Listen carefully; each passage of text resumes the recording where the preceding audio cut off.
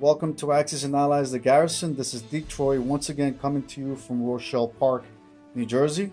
Okay, so what we have here today is a continuation of the battle report that I called the problem with Germany.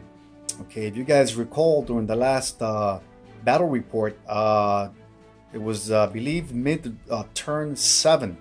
Okay, we had a situation where Germany had made several mistakes initially, which of course led to a failure of Operation Barbarossa. The Germans did have successes. They were able to take the Caucasus, Stalingrad, Rostov, Bryansk, Smolensk, and even Leningrad. Unfortunately for the Germans, though, the US and its ally, the UK, were potentially threatening Western Europe. Hence, the Germans had no choice but to fall back and start exchanging land for time. Okay, that was mid-turn 7. Okay, so let's go over to the Pacific. All right, let's continue our recap and give you a brief rundown of what happened mid-turn 7 with the Japanese and the Allies in the Pacific theater. Initially, the Japanese had started their offensive action by primarily focusing on China itself. The Japanese were able to push back the Chinese easily and started making inroads into territories controlled by the UK Pacific. Eventually, the British were pushed up to the border with India. However, the British defenses in Calcutta proved to be too strong for the Japanese, and the Japanese attack in Calcutta was initially repulsed and pushed back. By this point in time, though, the Germans were making massive gains in the European theater. Hence, I decided at the time to refocus and start offensive action against the Soviet Union. Okay, so the Japanese had massive gains, were able to take out the Chinese, and made inroads into Kazakhstan, Novo, Tunguska, and took also the majority of Siberia, of the Soviet Far East. Okay. However, with the failure of Operation Barbarossa, the Japanese themselves, in turn, were pushed back into China. That's when I decided that it was time, by mid of turn 7, that I had to change my strategy once again, not only with Germany, but with the Japanese again. So that's when I decided to refocus my attention on the British, the UK Pacific, and I relaunched my offensive action.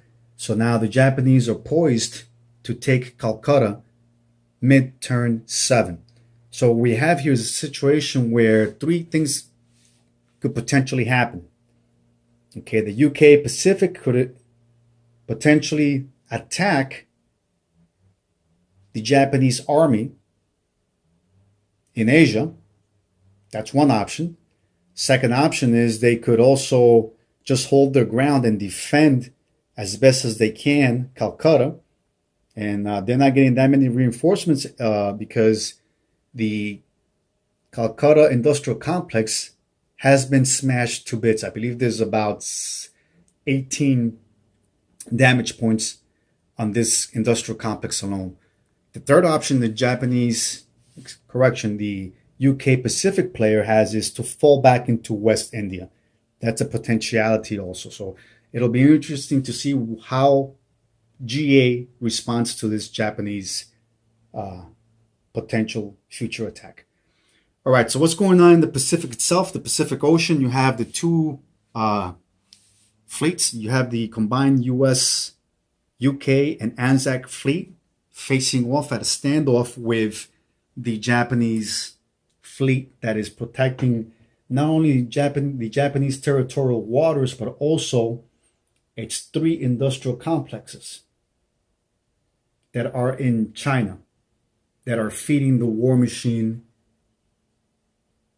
in China overall.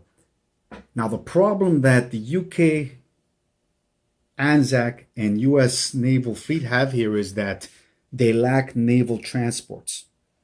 Okay. They do have three here. You see there's a combined naval transport fleet here, but because it's three separate commands, they really have a difficult time or do not pose a serious threat to any of the Japanese assets.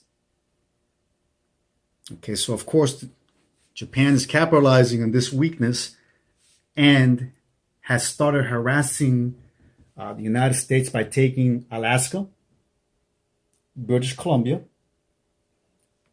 and even Hawaii. Okay, so that's what we have here so far in the Pacific. And just to make a little notation here, the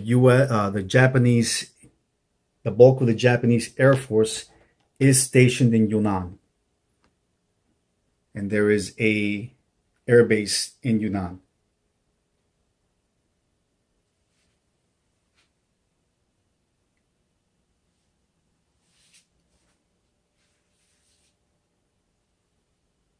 All right, so let's go over back to the European theater. Let's fly over, because it is in the European theater that the outcome of the war will be decided. Okay, even though Calcutta is in danger of falling and the Japanese are having successes, it is here where the game will be decided.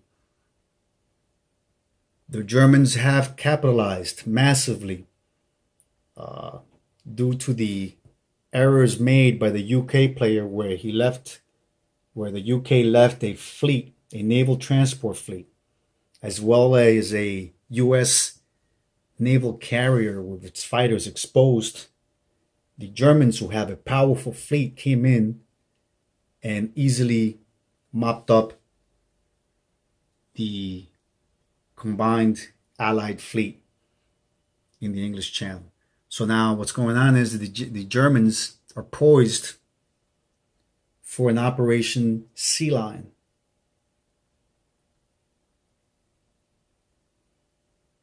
And what I think is most likely going to happen is that the UK player will reinforce London by landing his 4 fighters that he has stationed on his carriers in London itself, and that he will potentially land 10 US infantry. And he'll do this by sacrificing his naval transport fleet and landing those 10 infantry. He has to do this if the UK is to survive, if the UK is to have any chance of survival, because the offensive capacity of the Germans right now is pretty strong. I believe the Germans have a very strong offensive capacity here against the UK. Okay, the Germans haven't had all successes, and these last couple of turns, the US was able to effectively take out the Italians. So South Italy is in the hands of the United States. There is a strong US naval presence, combined Allied presence of UK, US, and French warships in the Mediterranean. Yes, the French are still around.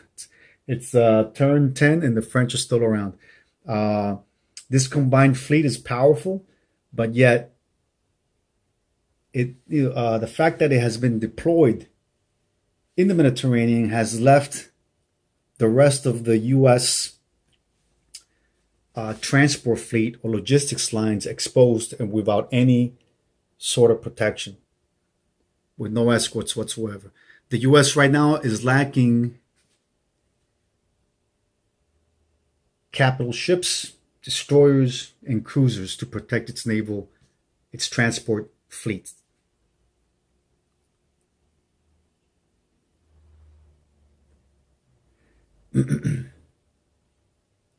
Okay, I have to mention that by the end of turn 7, as I finished the last battle report, I realized that the Germans were in trouble.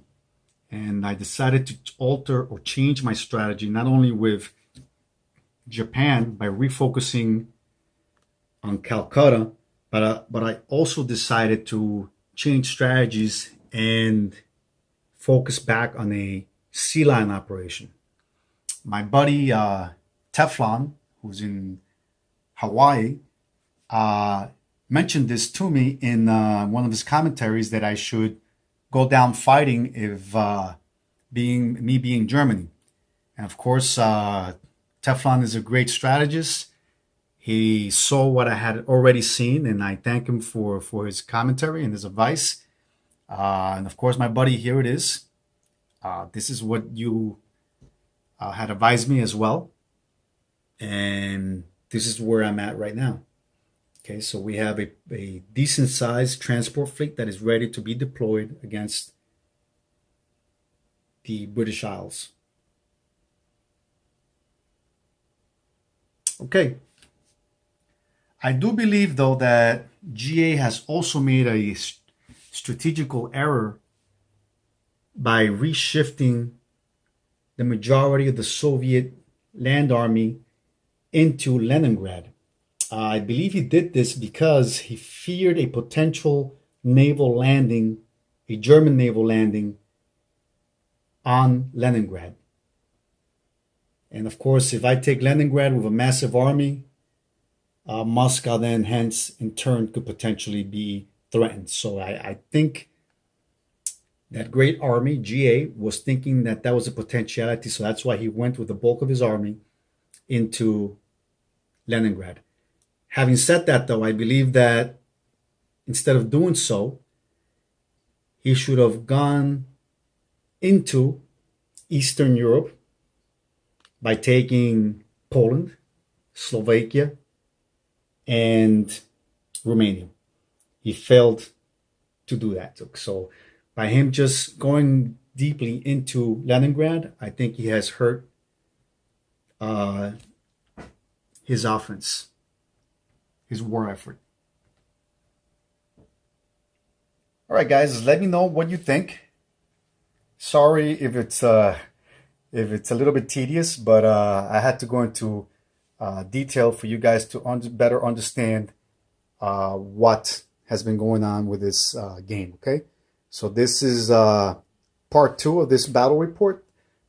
If you guys want to have a better idea, please, of what occurred, please go back to my previous battle report titled "The Problem with Germany." And as always, guys, thanks for watching. Don't forget to subscribe if you haven't already done so. And one more thing from the garrison, don't forget to hunker down and play, guys. Enjoy.